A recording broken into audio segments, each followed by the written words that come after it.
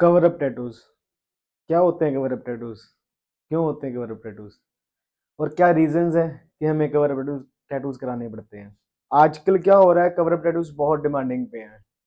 ये क्यों होते हैं? क्या रीजंस हैं? किस वजह से हमें ये करवाने पड़ते हैं? तो ये सारी वीडियो इस पर्टिकुलर टॉपिक को डेडिकेट करेगी। तो इसमें मैं सारी आपको नॉलेज दूंगा ताकि आप इस चीज़ से बच सको थोड़ा सा। तो स्टार्ट करते हैं। So I am Pawan from Inkiya tattoo studio. तो कवर अप टैटू क्या होते हैं? कवर अप टैटूज वो टैटूज होते हैं जो कि हमें किसी पहले से अगर हमने टैटू जो कराया उसको प्रॉपर कवर करने के लिए होता है। ये बेसिकली तब हम बनाते हैं जब हमारा कोई भी हमने कोई टैटू कराया वो खराब हो जाए, या डिजाइन खराब हो, या हमको वो पसंद ना हो, या हमने धक्के से बनाया हो तब। ठीक है। तो कवर अप टैटूज बेसिकली इसीलिए होता है कि हाँ कि जो हमारा पुराना टैटूज है उसको प्रॉपर तरीके से हम कवर कर सके, बिकॉज जो रिमूवल होता है टैटूज का वो बहुत डिफिकल्ट होता है, वो इजीली रिजल्ट बढ़िया नहीं देता। तो उस करके हम कवर अप टैटूज करवाते हैं ताकि वो पुराने जो डिजाइन है वो प्रॉपर तरीके से कवर हो जाए। तो इस वीडियोस में मैं तीन टॉपिक शेयर कवर करूंगा। एक, क्या होते हैं कवर अप टैटूज और हमें क्यों जरूरत पड़ती है कवर अप टैटूज कराने की, और थर्ड वन, रीजंस। ठीक है, तो हम पहले स्टार्ट करते हैं। What are cover up tattoos? So cover up tattoos, जैसे कि आप नेम में से ही आपको पता लग रहा है कि कवर अप टैटूज क्या है। कवर अप टैटूज ये दो वर्ड्स को मिलके बनता है, cover up and tattoo. Means जो हमारा एग्जिस्टिंग टैटू है उसको हमने कवर करना किसी लेटेस्ट डिजाइन से। ठीक है, तो वो उसको हम कहते हैं cover up tattoos. Cover up tattoos basically उसलिए होते हैं कि जो हमारे पुराने अनवांटेड टैटूज कह सकते हो, या फिर जो हम जिसको हम रिमूव कराना चाहते हैं अपने स्किन से, जिसका डिजाइन हमको पसंद नहीं आ रहा, तो उस चीज को कवर अप करने के लिए हम एक नवा टैटू प्लान करते हैं, उसको कहते हैं कवर अप टैटू।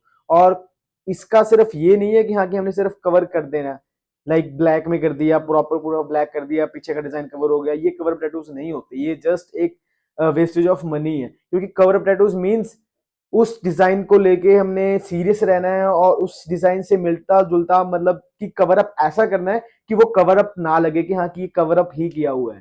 जैसे मैं आपको दिखा देता हूँ, ये दो दिख रहे हैं डिजाइन, और ये भी दिख रहे हैं दो डिजाइन। ये सारे कवर अप टैटूज हैं। ये क्या, इसमें आप खुद देख सकते हो ना, ये प्रॉपर तरीके से ब्लैक है, ये ऐसा लग रहा है जैसे फ्रेश टैटू कराया हो। तो कवर अप टैटू इसको कहते हैं, ना कि इसको। ये जिस वीडियो को आप ये देख रहे हो, ये कवर अप टैटू किस एंगल से कवर अप टैटू लग रहा है, इसके पीछे देखो आप, प्रॉपरली लाइन आपको विजिबल होगी। और हीलिंग के बाद तो व्हाइट वैसे भी स्किन में एब्जॉर्ब हो जाता है, तो वो ऑटोमेटिकली वो और गंदा इंप्रेशन पाएगा। तो इस टाइप के कवर अप टैटूज के लिए ना जाओ। अब इंस्टेड ऑफ दिस, आप इस क्वालिटी कवर अप टैटूज के लिए प्रेफर करो।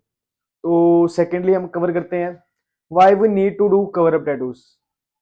जैसे मैंने कहा कि हमें किसी अनवांटेड टैटू है जो उसको हमने रिमूव कराना है, बट वो रिमूव किसी वजह से नहीं हो सकता, क्योंकि वो डार्क होगा, या फिर स्किन से ऊपर थोड़ा पॉप आउट हो रहा होगा, या फिर कोई हमने अनवांटेडली कोई टैटू बना लिया, अब उसको हमें हमें अब नॉलेज आई है तो हम उसे कवर करा रहे हैं। तो ये सारी रीजंस है कि हमें कवर अप टैटू करवाने पड़ते हैं। और एक और, अब रीजंस क्या है कवर अप टैटू के लिए, कहाँ से इवॉल्व होता है कवर अप टैटू? इसके तीन मेन रीजन है। या तो हम कभी चीप आर्टिस्ट को प्रेफर कर लेते हैं, या तो हम किसी स्टूडेंट से काम करवा लेते हैं, या तो हम जो डिजाइन करवाने उससे हम 100% सेटिस्फाई नहीं होते। तो पहला मैं कवर करता हूँ cheap artist. Cheap artist in the sense, कई आर्टिस्ट जो है वो ऑफर्स लगाई होती है जिन्होंने 90%, 80%, by one get one free, या फिर फ्री टैटूज जो कर रहे हैं। आप आओ ताकि उनको स्किन मिले और वो स्किन पे वर्क करें और प्रैक्टिस लें, उनकी हैंड की स्टेबलाइजेशन परफेक्ट हो। वो सिर्फ उस प्रैक्टिस के लिए आपको फ्री टैटू, या फिर कह लो आप ऑफर में टैटू प्रोवाइड कर रहे हैं, कि उनकी एक स्किन हो जाएगी, प्रैक्टिस हो जाएगी, और प्लस उनकी एक थोड़ी सी मार्केट बन जाएगी। But cheap is always cheap. अगर आप क्वालिटी में जाओगे तो क्वालिटी के लिए पे ही करना पड़ेगा। अगर पे करोगे तो जाके क्वालिटी मिलेगी, अगर पे नहीं करोगे तो चीप चीप ही मिलना है। फिर उससे एज अ रिजल्ट आप 2 साल, 3 साल, 4 साल बाद उस चीज से आप खुद रिग्रेट करोगे कि यार गलत करवा लिया। जो टैटूज होते हैं वो स्किन पे टेम्परेरी नहीं होते, वो एक लाइफ टाइम का मार्क होता है। तो इंस्टेड ऑफ 200, 400, 500 हजार के पीछे आप चीप आर्टिस्ट को ना प्रेफर करो।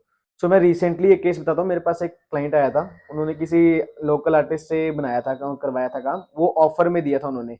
तो उन्होंने बाइसेप पे टैटू करवाया था। तो उसमें क्या हुआ, वो मेरे पास आए अराउंड वीक टू 2 वीक हो गए थे टैटू कराने के बाद। उन्होंने मेरे से प्लान करा, फिर उन्होंने करवाया। तो उन्होंने मेरे को डिस्क्लोज करा कि हाँ कि मैंने ना ये कि ऑफर में कराया था, यहाँ यहाँ पे एक आर्टिस्ट था और उसने ऑफर लगाई थी तो मैंने करवा लिया, और वो नोन में भी था।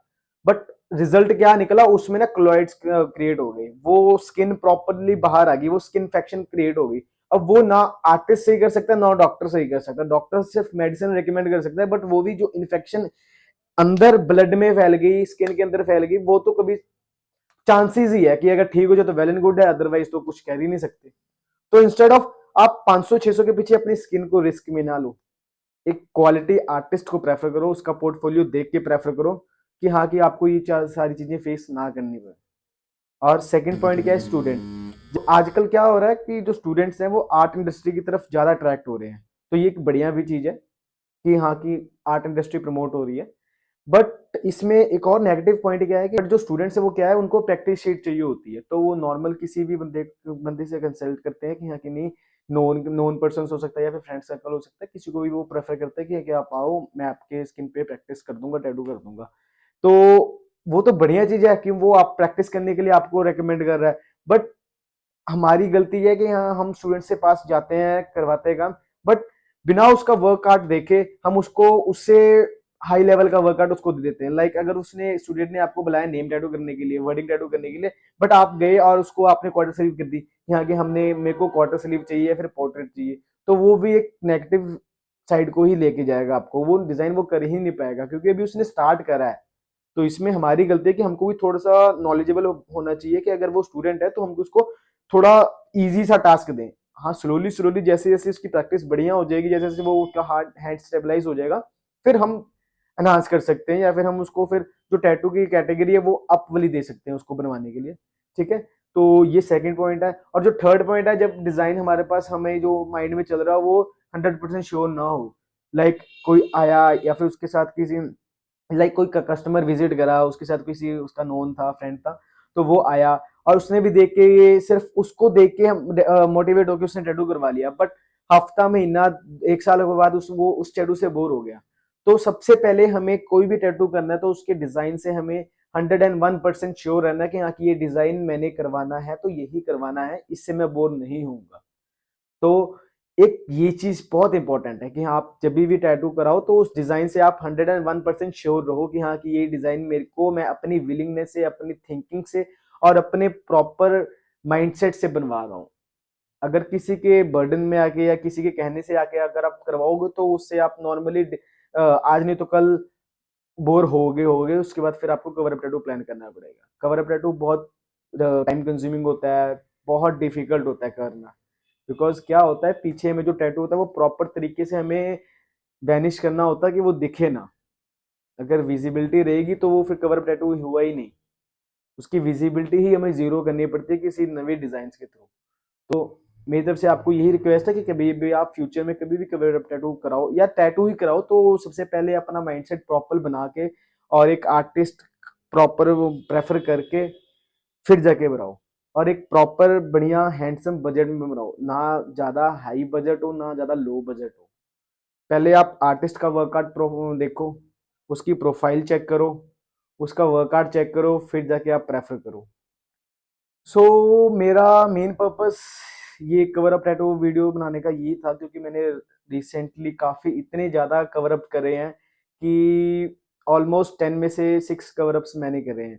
तो इसीलिए मैंने आपको ये बनाया कि हाँ कि एक वार्निंग फैक्टर आपको मिल जाए और आप एक थोड़ा सा नॉलेज ग्रैब कर लो कि हाँ कि हमें कवर अप टैटूज के लिए नहीं जाना। सो गाइस, आप कभी भी फ्यूचर में कभी भी कोई भी टैटू प्लान कर रहे हो तो आपको 3 चीजें देखना ही देखनी है।